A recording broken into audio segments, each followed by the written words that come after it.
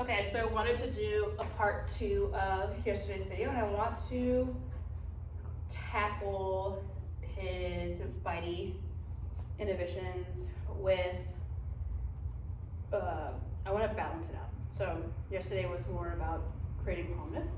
You have a very high drive dog, so if you always try to suppress that, it's going to come out in very inopportune times. So I think it's very important to offer dogs, especially high drive dogs, appropriate outlet.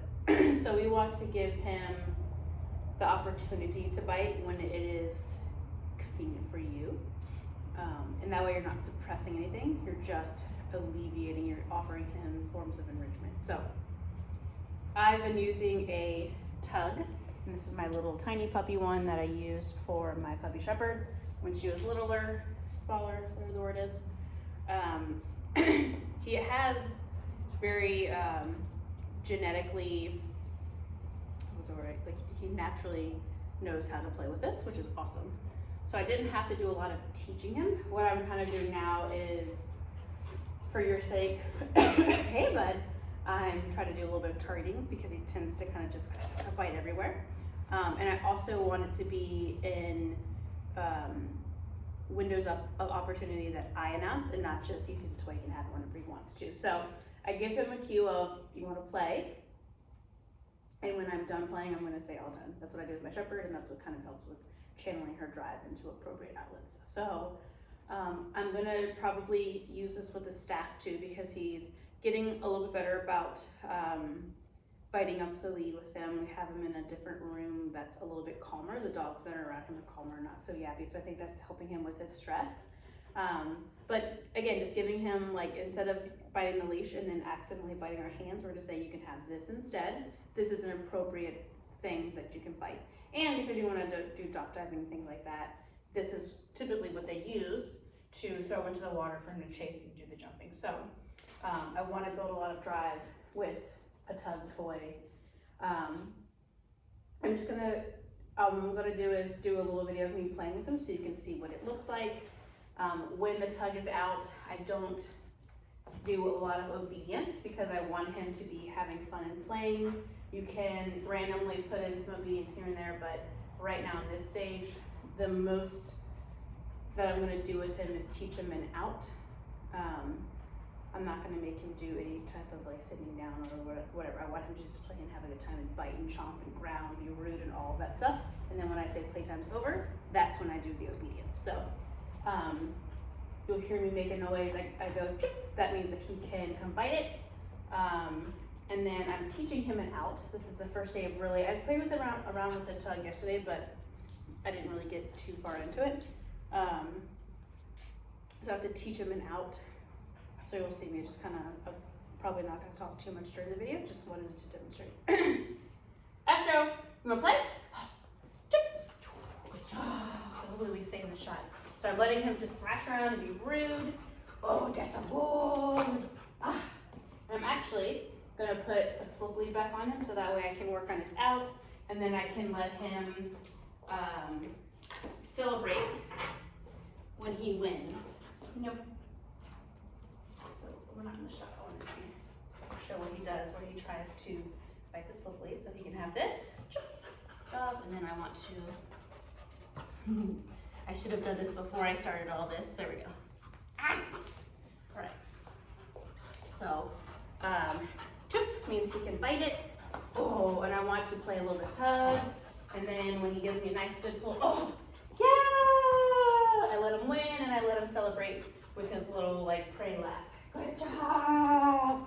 And then to keep it active, you just grab it a couple of times, and that initiates that that prey instinct because it makes the toy seem alive. Oh, good job!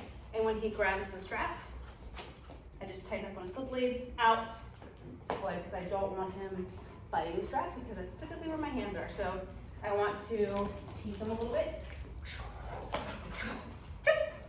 Oh, good job! Yeah, good. And he's so brave. He brings it back to you because he wants to keep playing. I'm not going to chase after him. He can come to me. When he comes back to me, he gets this rough game back going. Oh, yeah.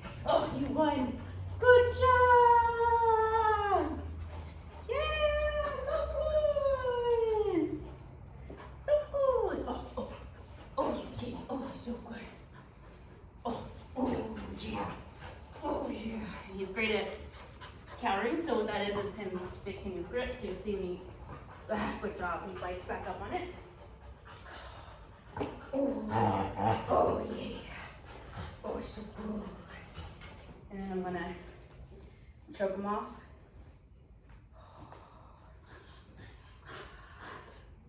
And then I'm gonna throw it.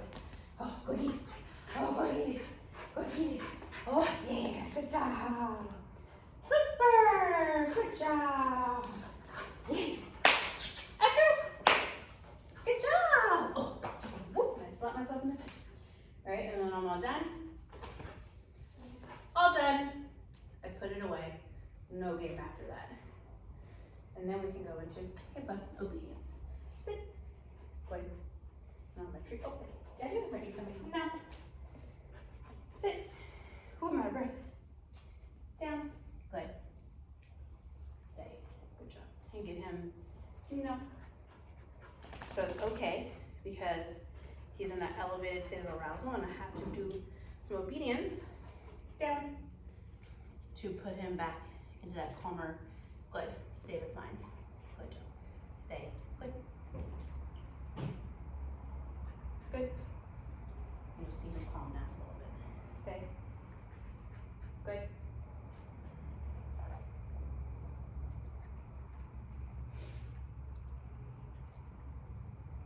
Good job.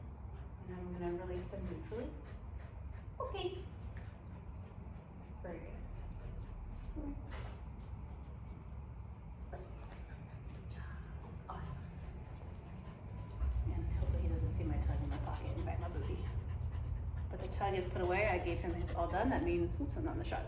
That means that playtime is over, but he has that nice outlet of what he really thinks is fun, which is biting stuff and tugging. And again, I want to show him this is when you can do it, not these other times. So I don't, and I'm repeating myself, but I don't want to just suppress it.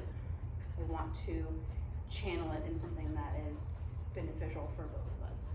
So just a quick little video of getting him used to the tuggy. Yes, a good boy.